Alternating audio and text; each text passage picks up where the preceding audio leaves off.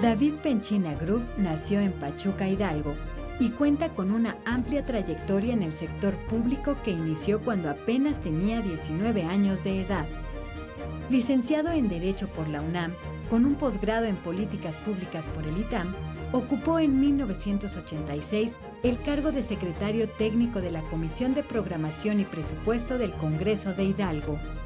Posteriormente, en 1988, fue subdirector de Prerrogativas y Partidos Políticos de la extinta Comisión Federal Electoral y más tarde, en 1992, trabajó al lado del entonces secretario de Desarrollo Social, Luis Donaldo Colosio, ocupando la Dirección de Concertación y Vivienda de la Sedesol.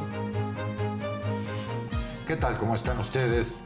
Hoy tengo el gusto de entrevistar aquí en Sin Etiquetas a David Penchina Gruf, quien tiene una, larga trayectoria, como ya han visto ustedes en su semblanza, en el servicio público. Sin embargo, como todos, David también tiene una historia diferente.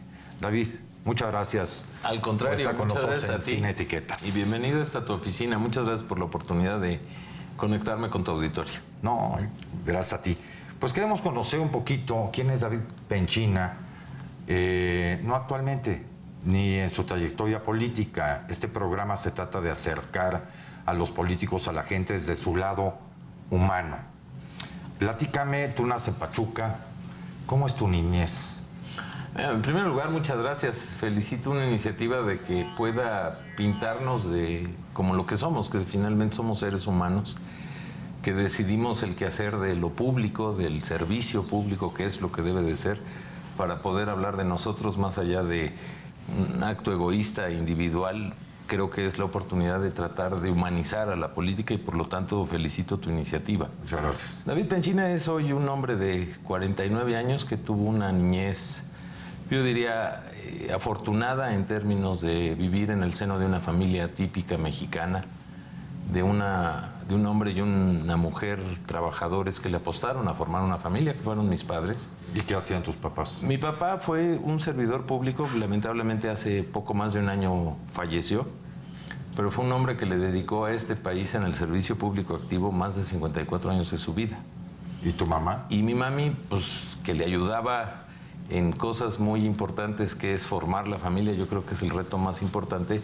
Pues no creas, eran años difíciles y le ayudaba a llevar también dinerito a la casa. Mi mamá vendía ropa y ayudaba ahí con el gasto familiar de una familia que empezó de cero y que en los valores de una familia así nos enseñaron a lo que vale la pena en la vida. Fuimos una familia de 3 hermanos, mi hermano que hoy es doctor y que es un cirujano pediatra. ¿Y tú qué número ocupas en los...? Yo soy el segundo, soy el famoso sándwich. El sándwich, muy bien. Pero para colmo con una hermana abajo de mí. Entonces, o tenía razón el grande, que además fue un gran estudiante, o la niña por ser mujer, claro. Y yo era el diablo, ¿no? En ese sentido, pues me desarrollo en Pachuca, donde vi la oportunidad de nacer. Estudio en una escuela que hoy tiene más de 100 años de vida, de un pueblo minero que era pequeño, que hoy ha crecido mucho, en donde todos nos conocíamos y en donde podíamos caminar de la casa, la que era la casa de nosotros, a la escuela, en una infancia con los amigos. ¿Te ibas a pie a la escuela? Fundamentalmente sí, obviamente cuando eres chico tu madre te lleva y luego te recoge, pero conforme vas creciendo te daban la confianza y respirábamos un clima de libertad y de tranquilidad donde, insisto, un pueblo muy amable donde todos nos conocíamos, todos sabíamos qué hacía el de enfrente y qué hacía el de atrás. Claro. Y cuando hacías una travesura te denunciaban rápido con tus papás. Fíjate que a mí me pasó, ¿no? Que yo andaba, pues, de niño anduve en camión, me acuerdo de los boletos de papel de China, en metro, por supuesto. ¿Tú andabas en camión? Nosotros, hay un momento en que ya andas en camión, pero Pachuca era una ciudad muy pequeña. Realmente el camión era para largas distancias, cuando iba uno a jugar a las afueras fútbol, o que ibas a una fiesta donde tu madre a veces no te podía llevar, o pasaba un compañerito con su mamá y te daban un aventón. Sí. Pachuca en realidad lo recorrías a pie. ¿Y cómo era David Penchina de chico? ¿Era travieso? Sí, la verdad es que yo ¿Te ibas de no te lo voy a ocultar, yo era muy inquieto, ¿te ibas muy de pinta travieso. de la escuela? Me encantaban los cuates. Tenía mis bandas de amigos que nuestras travesuras, no lo digo por otra cosa, eran muy sanas.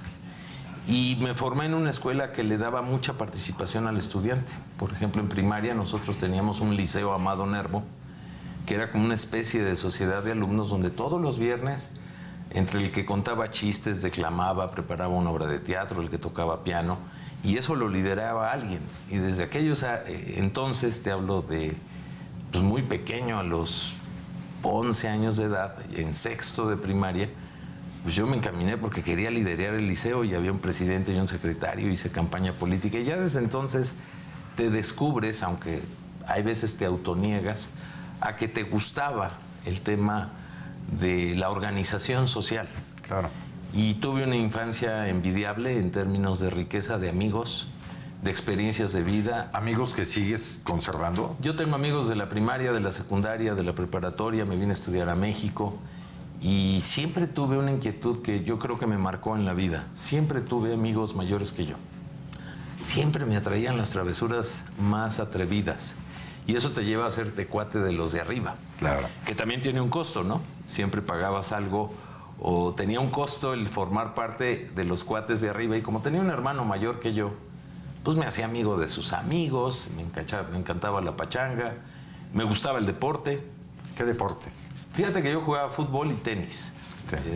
Pachuca tiene, en el dato de la historia de nuestro pueblo, es curioso, Pachuca es el primer lugar en toda América donde se juega tenis, donde se juega fútbol y donde se juega golf por primera vez en América. Claro. Y tiene una razón histórica. A nosotros, como todo México, que fue un país que lo conquistaron los españoles, hacia el siglo XVII y XVIII, el atractivo minero, fundamentalmente de La Plata, atrajo capitales de suma importancia a Pachuca de origen británico. De hecho, pocos lo saben, en Pachuca estuvo un consulado del Reino Unido. Claro. Porque era tan importante. Real del Monte, que tiene hasta un panteón. Entre Pachuca, Real del Monte y el Mineral del Chico. Y el Mineral del Chico, nosotros tuvimos minas que en su momento llegaron a ser primeras productoras de plata a nivel mundial. Claro. Entonces había francos establecimientos de colonia inglesa. Sí. Y en eso pues nos heredaron por primera vez el fútbol, el golf y el tenis.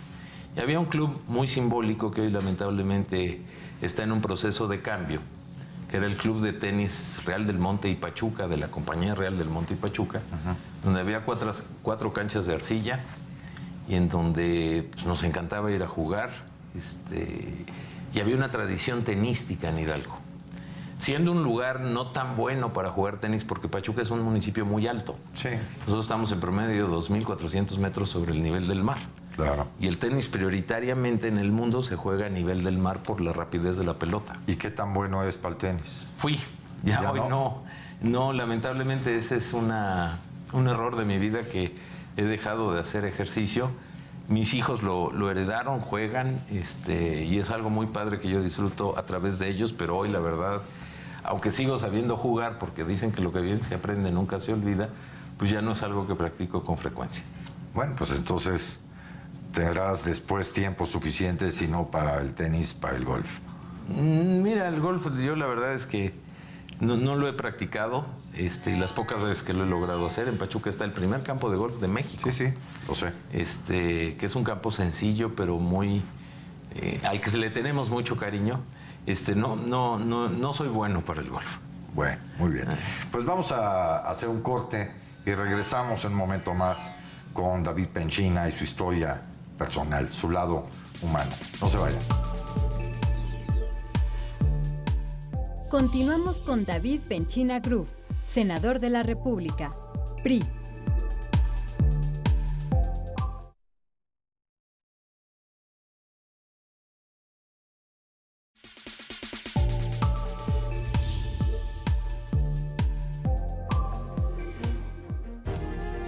David Penchina Group, a mediados de los 90, fungió como subdirector general del Infonavit y posteriormente ocupó la dirección general de la Comisión Nacional Bancaria y de Valores, cargo que desempeñó hasta 1997.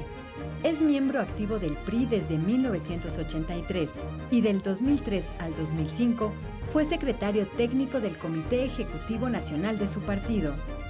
En este nuevo siglo, ha sido diputado federal en 2 ocasiones, en el año 2000 y en el 2009, en donde fue integrante de las comisiones de Presupuesto y Cuenta Pública y de Economía, entre otras. ¿Qué tal? Estamos de regreso en Sin Etiquetas, charlando hoy con David Penchina. David, hoy ¿cómo es tu vida de acuerdo a lo que fuiste? ¿Qué comida te gusta? ¿Qué no te gustaba que te gusta hoy, por ejemplo? Mira, hoy la variable permanente de mi vida es que sigue siendo de permanentes retos. Yo le he apostado a formar una familia. Tengo 2 hijos espléndidos que son buenos muchachos que se están formando, pues con travesuras y con inquietudes, pero que han entendido que en la vida el esfuerzo es lo que vale. Soy una persona más que normal. Hago una vida cotidiana en lo posible igual que la de millones de mexicanos. Como, duermo, sueño, tengo problemas, tengo retos, preocupaciones, ilusiones como cualquier mexicano. Y bueno, pues mi vida no tiene nada de particular pese a que te dediques al servicio público, que muchas veces te coloca en una esfera en donde pareciera que somos diferentes. No, somos tan iguales como los demás.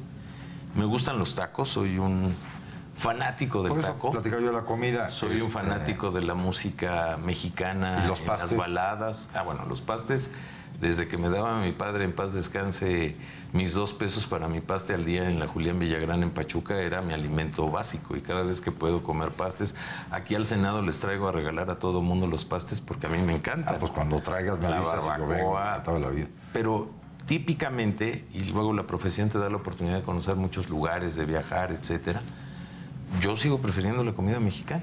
Si a mí, más allá de una pose, de una entrevista, que es la oportunidad de tenerte aquí, platillo preferido, los tacos. Los tacos. Los tacos, así los tacos. Tienes un hijo tenista, que es un tenista hoy importante en el mundo, y le gusta la comida mexicana. Sí, de hecho, mi hijo que tiene 17 años y que está jugando a nivel internacional y que lo ha llevado a vivir fuera de México porque ha sido una historia de éxito, añora venir por la comida, ¿no? Luego mi señora y yo le tenemos envidia a la comida porque lo primero que hace llegando a la casa cuando anda afuera, que es normalmente lo que hace, es ir a comer tacos a Pachuca, al No Que No, porque adora sus tacos, extraña sus tacos.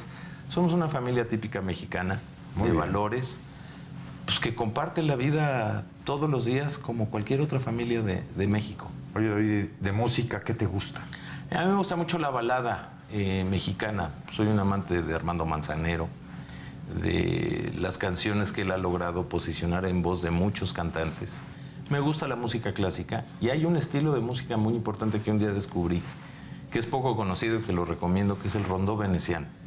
Claro. Que es una especie de música clásica a otro ritmo. Medio barroca. Un poco barroca, que utiliza muchos instrumentos y que es muy armónica. Sí. La música ranchera, la balada en inglés también me gusta, pero prefiero la mexicana.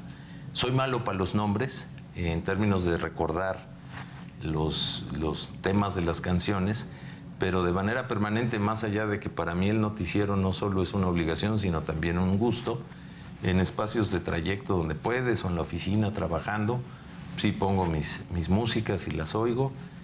La música relaja, yo digo que aplaca un poco el alma. Por supuesto. ¿No? Echa a volar la imaginación y te relaja, y para los que nos gusta, pues la disfrutamos. ¿Y tu película favorita de joven? Híjole, mira, hay muchas. Hay una que a mí de joven me marcó, que es, en inglés se llama San Elmo's Fire, es el último día del resto de nuestras vidas, y que es la historia de una generación de estudiantes con diferentes problemas, cada uno de ellos, en donde creo que el atractivo de esa película está en que todos algún día tenemos que definir en lo que queremos ser en la vida. ¿Y tú qué querías ser de niño? Mira, yo al principio decía que lo que quería era ser dentista, pero esa era una imagen equivocada, porque un primo mío, que muy querido, le iba muy bien en la odontología, él era ortodoncista. Yo decía, este cuate pues, se la pasa bien, ¿no? Gana buen dinero, cambia de coche, y pues de una manera muy simplista dije, no, pues yo voy a ser dentista. La verdad es que ni tengo la paciencia ni la vocación para eso, Y oculté durante algunos años de niño mi vocación por el tema de lo público. Claro. Pero había muchos datos en mi vida que me demostraban que yo estaba hecho para eso. Que te estaban marcando. Cuando vengo a estudiar a México, ya en la preparatoria, entendiendo que mi vocación no eran las ciencias biológicas para el tema odontológico, pues escogí el tema de las humanidades y creo que fue lo mejor que me pudo haber pasado. Me vengo a estudiar a México más que por necesidad, por inquietud. Una inquietud de querer salir, de no estar sujeto a las reglas de mi mamá y de mi papá, que eran una mujer y un hombre muy disciplinados, que hoy les agradezco que me hayan impuesto esa disciplina. Y me vengo a estudiar a la Universidad Nacional para abogado, hago estudios concatenados en temas económicos y empiezo a trabajar muy joven, curiosamente en la Cámara de Diputados. ¿A qué edad? Híjole, tenía 18, 19 años, justo cuando entro a la universidad. Y además tengo un muy buen maestro que era el licenciado Jesús Murillo. Trabajo en la Comisión de Programación y Presupuesto, cuyo presidente era el licenciado Colosio y el secretario era el licenciado Jesús Murillo. Y me apasiona verdaderamente el tema de la política pública, particularmente el tema presupuestal y fiscal. Jesús Murillo ya lo entrevistamos aquí en Sin Etiquetas. Mira, y marca el rumbo de una trayectoria profesional de la que llevo 30 años ininterrumpidos en trabajar. Oye, yo empecé desde la parte más de abajo del ejercicio público hasta hoy tener el honor y el reto y el compromiso de ser senador. Claro. ¿Alguna anécdota de cuando fuiste joven o adolescente que se te ocurre y nos quieras platicar? Pues mira, hay muchas, pero hoy que veo y que eres padre de familia, recuerdo una porque ya cuando tienes dos jóvenes inquietos, que es el caso de hoy tu servidor, con mis hijos, me acuerdo que una vez un amigo muy querido de Pachuca tenía una novia en Veracruz y un día nos fuimos de pinta en la noche a ver a la novia del amigo hasta Veracruz, desde Pachuca. ¿Pero a Tuxpan o hasta el puerto? No, a San Andrés Tuxtla. Ándale, lejos. Y creíamos que habíamos hecho todo perfecto en el trayecto de poder ir y venir. Dios nos cuidó, no hicimos una locura. Afortunadamente no éramos grandes bebedores de alcohol. No te quiero ocultar que alguna vez corrimos pachangas. Por supuesto. Como cualquiera. Como cualquiera. Y habíamos, algo que presumíamos nosotros es que lo habíamos hecho también, que nunca nos iban a cachar lo que habíamos hecho. Al muy poco tiempo nos cacharon nuestros papás y excuso decirte el castigo y la regañiza que nos pusieron de la irresponsabilidad que habíamos cometido. Bueno, me imagino. Fíjate que uno es, yo creo que en buena medida, lo que a uno le inculcaron no solamente en casa, sino algunos maestros. Ya nos platicaste que Jesús Murillo Caram fue maestro tuyo. Después del corte, quisiera que nos platiques de algunos maestros importantes en tu vida. Yo tuve dos, uno de historia y uno de civismo, que me hicieron ser lo que soy hoy, ¿no? Y que me hicieron amar profundamente a México, a mi país. Entonces, después del corte, ¿nos platicas? Con mucho gusto. Nos vamos a un corte y regresamos aquí en Sin Etiquetas con David Penchina. Continuamos con David Penchina Group, senador de la República, PRI.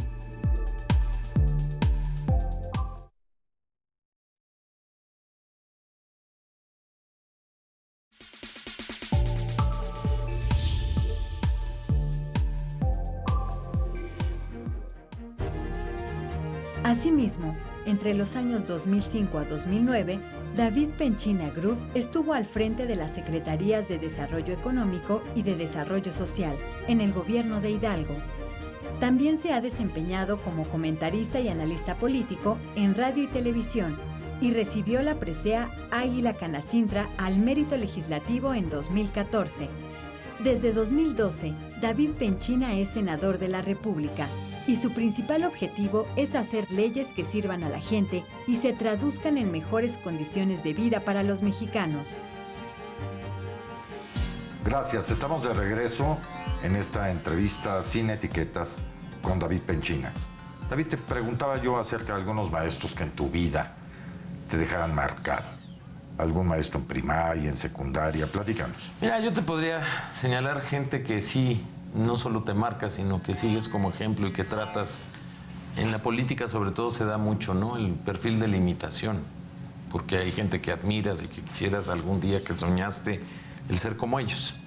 Yo sin poses te diría que el primer maestro que yo tuve en mi vida fue mi padre, porque conocí su historia, sabía lo que le había costado. Él provenía de una familia de migrantes europeos que venían de una depresión y que luego hubo la tragedia nazi en Europa y que murieron todos sus familiares, fue hijo único.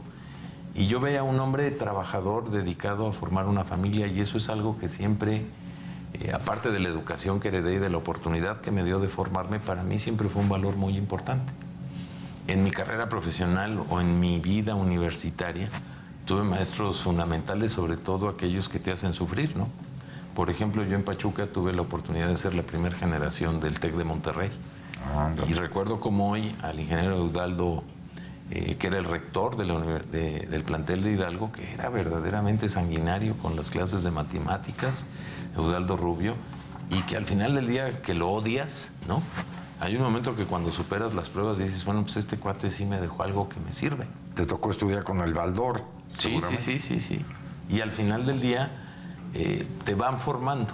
Tuve gente que tuve el honor de ser su empleado.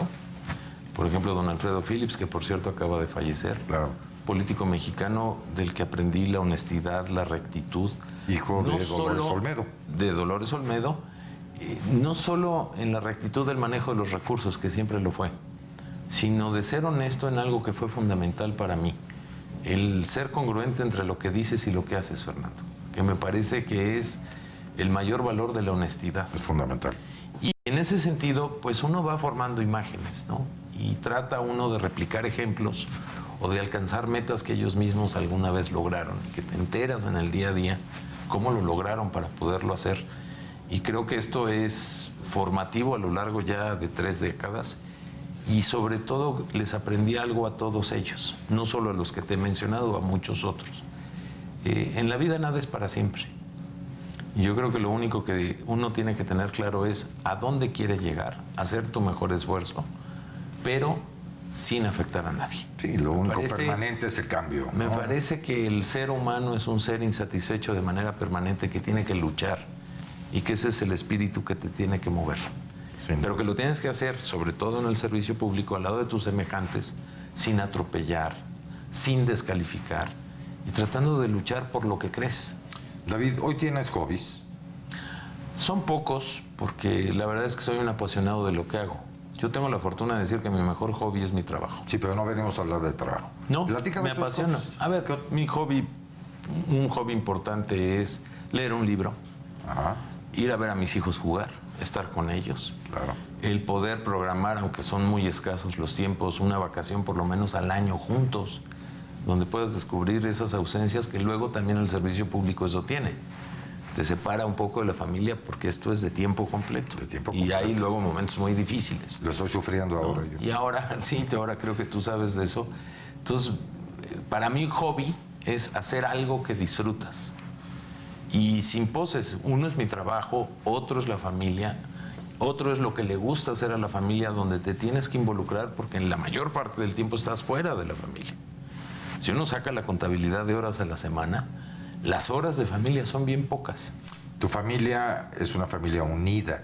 Muy unida. Familia muy mexicana y muy unida, ¿no? Y yo le debo reconocer a mi mujer y a mis hijos que han comprendido al loco de su esposo y de su padre, ¿no? Porque yo para ellos soy un workaholic, o sea, un trabajador enfermizo. Un apasionado de tu trabajo. Que les roba tiempo y que les quita tiempo. ¿Cómo conociste a tu esposa? La conocí pues ya en el proceso del trabajo. En alguna vez, ella es diseñadora gráfica.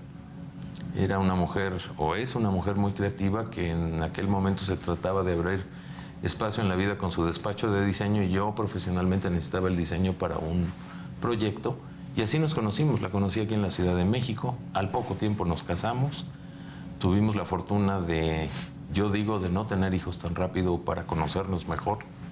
Y luego pues llegó la bendición de Dios de Ricardo, mi hijo, que hoy tiene 19 años, y posteriormente de Gerardo. Muy bien. ¿Algo más que tú quieras platicar?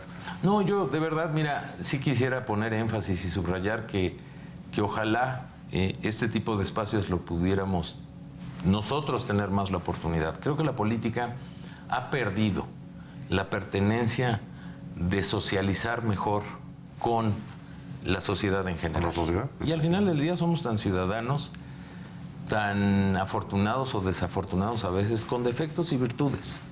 Entonces hacer este tipo de ejercicios que no deben de ser un ejercicio de vanidades, pues es tratar de transmitirle a los demás. Yo hoy tengo el privilegio de representar una sociedad en mi estado.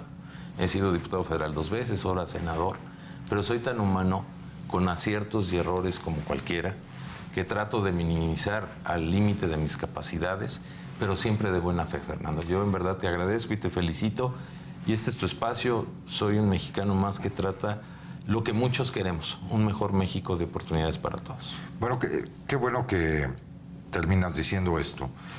Tú sabes que yo he sido pues, un luchador social, interesado en la civilidad, en que la ciudadanía... En el respeto a los demás. En el respeto a los demás. A mí me gustaría escuchar, no de David Penchina, hoy senador, sino ciudadano, ¿no? Un mensaje que le des, a lo mejor a los jóvenes, ¿no? Yo creo que hoy el cambio se puede dar en la medida en que verdaderamente estemos convencidos. Y podemos cambiar nuestro país de la noche a la mañana si todos nos convencemos al mismo tiempo. ¿Tú qué dirías de esto? Yo lo que le diría, y sobre todo a la juventud, que México es más grande que sus problemas, que juntos podemos generar la fuerza y una historia de un país que sea mejor que el país de ayer, que México es tan grande como sus ciudadanos quieren que sea, y que esta juventud, que particularmente en un perfil demográfico como el mexicano, que tiene más jóvenes que viejos, la fortaleza y el futuro de los próximos años está en nuestras manos, que ha costado mucho alcanzar un marco de democracia, de libertades, y que tomemos todos nuestro papel en la sociedad para que este México sea más grande.